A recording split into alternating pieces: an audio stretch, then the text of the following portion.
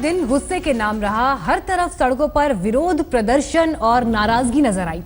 आपको राजधानी में प्रदर्शन की 3 तस्वीरें दिखाते हैं। दिल्ली के यूनिवर्सिटी ग्रांट कमीशन यानी यूजीसी के बाहर आईसा और एबीवीपी से जुड़े छात्रों ने जमकर प्रदर्शन किया। इस प्रदर्शन के दौरान छात्रों और पुलिस में झड़प भी हुई। छात्र नेट के बगैर फेलोशिप की मांग को लेकर विरोध जता रहे थे। पुलिस ने उन्हें काबू में करने के लिए लाठीचार्ज किया, जिसके बाद छात्रों ने पथराव कर दिया। वहीं दूसरी तरफ कांग्रेस की प्रदर्शन की है। कांग्रेस ने दाल की आसमान सड़क पर उतरकर विरोध जताया। वहीं मोदी को 2 मुहा रावण करार देते हुए पुतला भी फूंका। तीसरी तस्वीर साहित्यकारों के बीच संग्राम की है।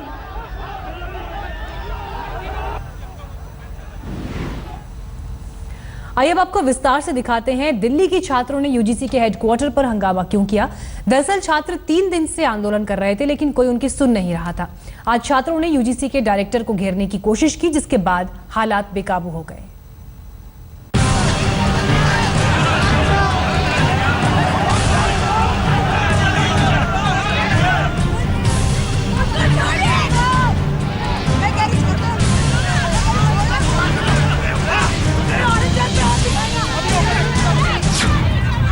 दिल्ली की सड़कों पर छात्रों का बवाल।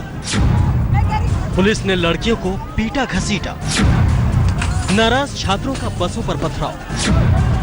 पुलिस वाले पर छात्रों का हमला। यूजीसी हेडक्वार्टर पर भारी हंगामा।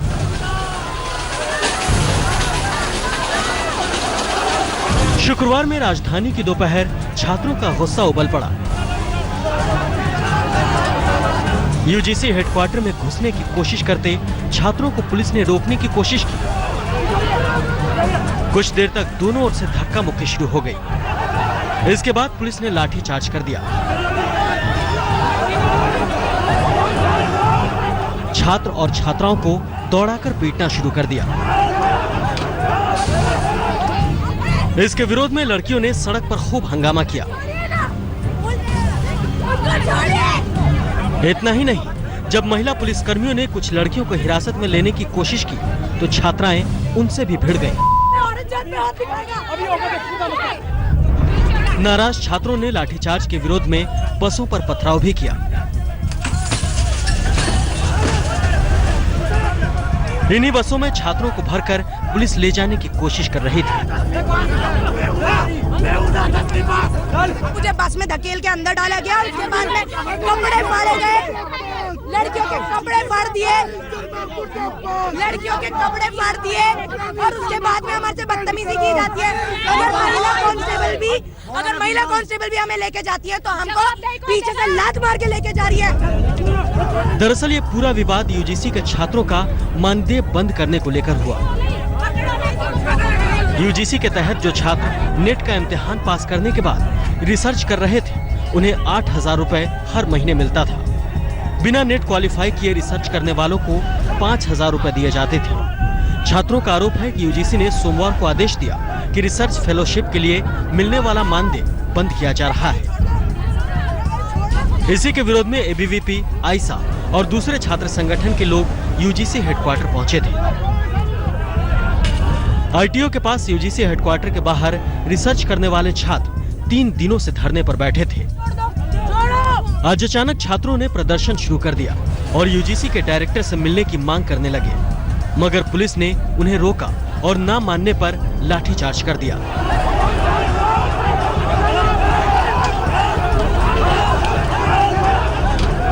देखिए, आज यहाँ पर हम लोग यूजीसी के द्वारा जो स्कॉलरशिप नॉन नेट फेलोशिप विद्यार्थियों की बंद कर दी गई है, उसके खिलाफ हम यहाँ पर शांतिपूर्ण प्रदर्शन कर रहे थे। हम यहाँ पर देखते हैं कि लगातार वेद प्रकाश जो यूजीसी के चेयरमैन है, अपनी तानाशाही यूजीसी पे मचा रहे हैं, लेकिन उसके बावजूद कोई कदम नहीं उठाया जा रहा है, जिसकी वजह से छात्रों के बीच में बहुत ज्यादा रोष है। छात्रों के प्रदर्शन और पथराव की वजह से आईटीओ पर जाम लग गया। पुलिस वालों ने जब छात्रों को हटाने की कोशिश की तो वो सड़क पर ही हंगामा करने लगे। हम लोग लगातार यूजीसी को बताना चाहते हैं, अगर वेद प्रकाश होश में नहीं आए तो हम आज केवल अभी यहीं पे उतरे हैं, देशव्यापी हम आंदोलन करते हैं। अखिल भारतीय विद्यार्थी परिषद लोगों को, विद्यार्थी परिषद को हमें तक आज जब यहाँ पे हम मांग करते हैं 5,000 से 10,000 नॉन नेट फेलोशिप करने के लिए 8,000 16,000। यूजीसी के फैसले ने छात्रों का गुस्सा बढ़ा दिया है। जो छात्र मानदेय बढ़ाने की मांग कर रहे थे, वो अब मानदेय बंद करने से खासे खफा हैं। छात्रों की अपील है कि यूजीसी फौरन अपना फैसला वापस ले और बढ़े हुए मानदेय के साथ रिसर्च करने वाले छात्रों को रकम जारी की जाए। संजय शर्मा, दिल्ली, आज तक। और अब बात दाल को लेकर सड़क पर हंगामे की। कांग्रेस ने सीएम केजरीवाल और पीएम मोदी को महंगाई का रावण करार दिया।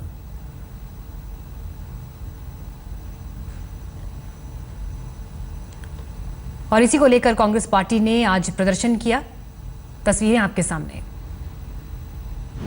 विजयदशमी के मौके पर देश भर में 10 मुहर्रम रावण को जलाया गया और उसके ठीक अगले दिन दिल्ली में सभी विधानसभाओं में कांग्रेस के कार्यकर्ता 2 मुहर्रम रावण को जला रहे हैं। महंगाई के विरोध में ये प्रदर्शन किया जा रहा है दिल्ली के सभी विधानसभाओं में। आप यहाँ पर देख सकते हैं, यहाँ पर आप देख सकते हैं ओखला विधानसभा में हम खड़े हुए हैं। ओखला हेड के ऊपर रावण का दहन किया गया है। 2 मुहर्रम रावण का, एक पे मोदी का चेहरा लगाया गया और दूसरे पे अरविंद केजरीवाल दिल्ली के मुख्यमंत्री का चेहरा लगाया गया। क्या कहना है आप, क्या नाम है आपका? मेरा नाम मनीष चौधरी है। आप यहाँ पे काउंसलर हैं? हाँ, सरिता विहार से मेरी मिसेस काउंसलर है। क्या है पूरा कि आपको जैसा मालूम है कि 2 मुहर्रम रावण जलाने का प्रोग्राम पूरी दिल्ली में कांग्रेस कर रही है और जैसे कि आपको मालूम है दालों के आप रेट हो, महंगाई हो, हर चीज एकदम से बढ़ती जा रही है, तो इसलिए 2 मुहर्रम रावण जो है आप लोगों ने जलाया है।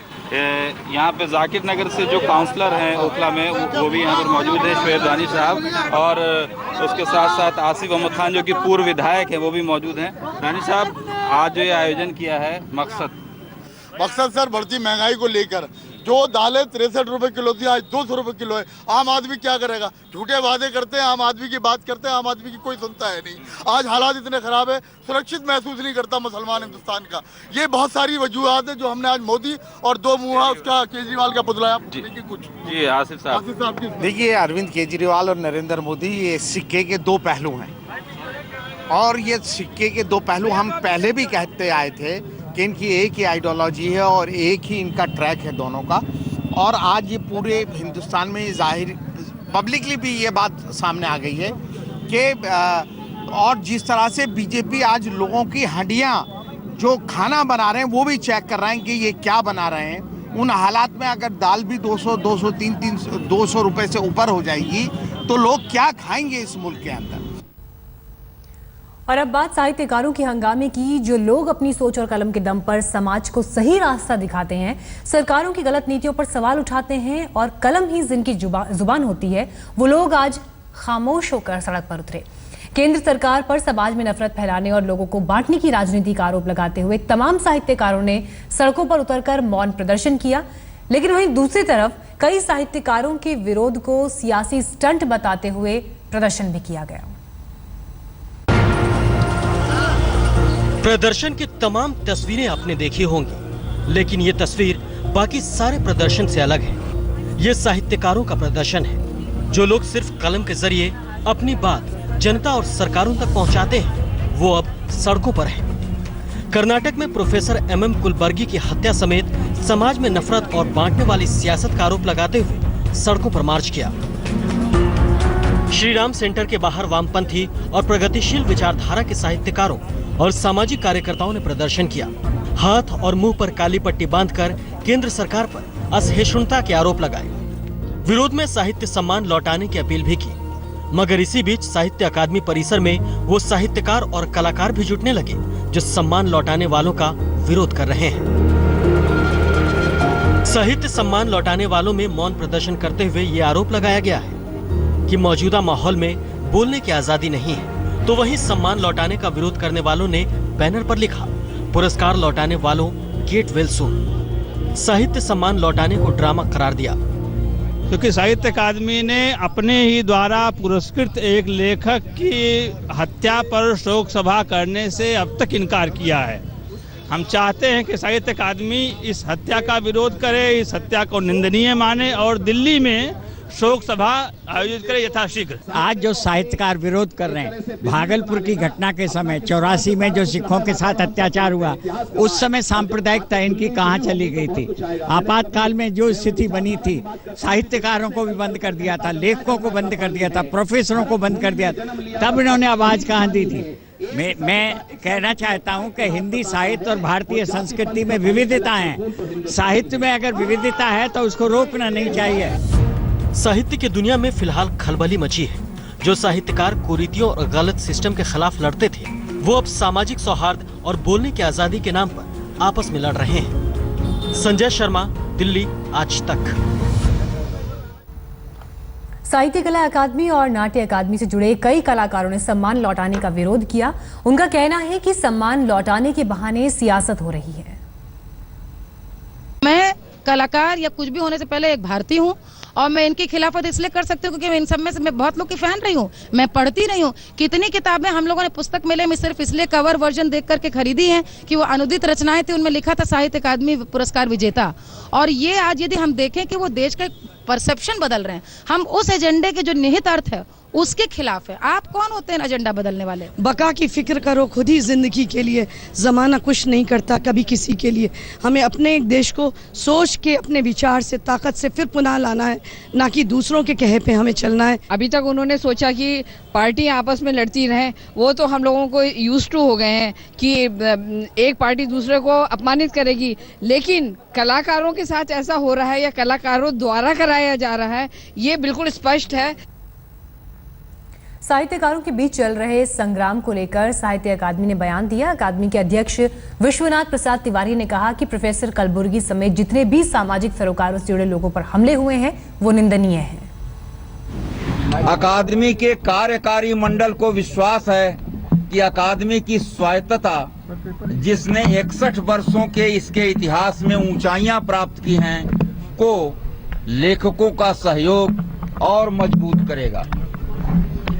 कार्यकारी मंडल अपनी बैठक में स्वीकार करता है कि प्रोफेसर कलबुर्गी की हत्या के बाद साहित्य अकादमी के अध्यक्ष ने उपाध्यक्ष से फोन पर बात की कि वे प्रोफेसर कलबुर्गी के परिवार से संपर्क करें और इस हत्या के खिलाफ अकादमी की ओर से संवेदनाएं अर्पित करें। अकादमी ने दिनांक 30 सितंबर 2015 को बंगलुरु में एक विशेष सार्वजनिक शोक सभा की, जिसमें प्रोफेसर एम कलबुर्गी के सम्मान में प्रसिद्ध लेखक भारी संख्या में सम्मिलित हुए और हत्या की निंदा की तथा उनके प्रति अपनी श्रद्धांजलि अर्पित की। पुलिस ने पहली बार ट्रैफिक व्यवस्था को लेकर हेलीकॉप्टर का इस्तेमाल किया। त्योहारों के मौके पर राजधानी की सड़कों पर ट्रैफिक जाम से निपटने के लिए और हालात का जायजा लेने के लिए पुलिस ने एक दिन के लिए चॉपर हायर किया।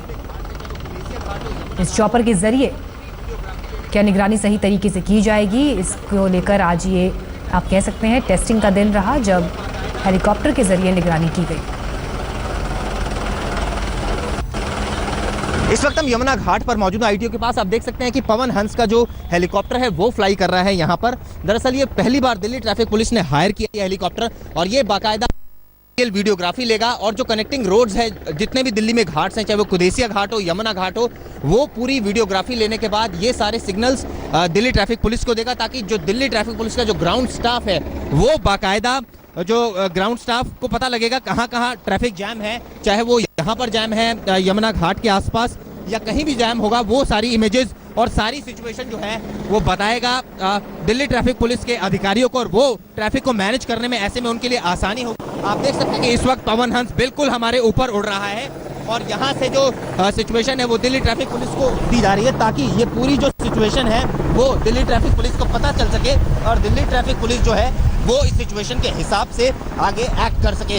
ये दरअसल न केवल यहाँ पर उड़ रहा है बल्कि तमाम जगहों पर जो है वो उड़ेगा। जितने भी घाट हैं, चाहे वो यमुना घाट हो, इसके अलावा चाहे वो दूसरे घाट हो, तमाम जगहों पर उड़ेगा, ताकि जो सिचुएशन है वो दिल्ली ट्रैफिक पुलिस को पता चल सके। आप देख सकते हैं इस वक्त ये काफ़ी ऊंचाई पर इस समय उड़ रहा है और ये फर्स्ट टाइम ऐसा हो दिल्ली ट्रैफिक पुलिस ने बाकायदा पवन हंस को जो है वो हायर किया है और ये ट्विन इंजन पवन हंस है। इसके बाद ये हेलीकॉप्टर तमाम जो घाट हैं, जब मूर्ति विसर्जन होगी, सारी जो वीडियोग्राफी है वो ये करेगा और ट्रैफिक पुलिस को निर्देश देगा, ताकि इस पूरे मामले में ट्रैफिक पुलिस को पता चल सके कि कहाँ कहाँ ट्रैफिक जैम है, जिससे जो स्थिति है वो और साफ हो सकेगी और ट्रैफिक से कहीं ना कहीं दिल्ली ट्रैफिक पुलिस को निजात मिल सकेगा, पता चल सकेगा कहाँ कहाँ ट्रैफिक जैम है।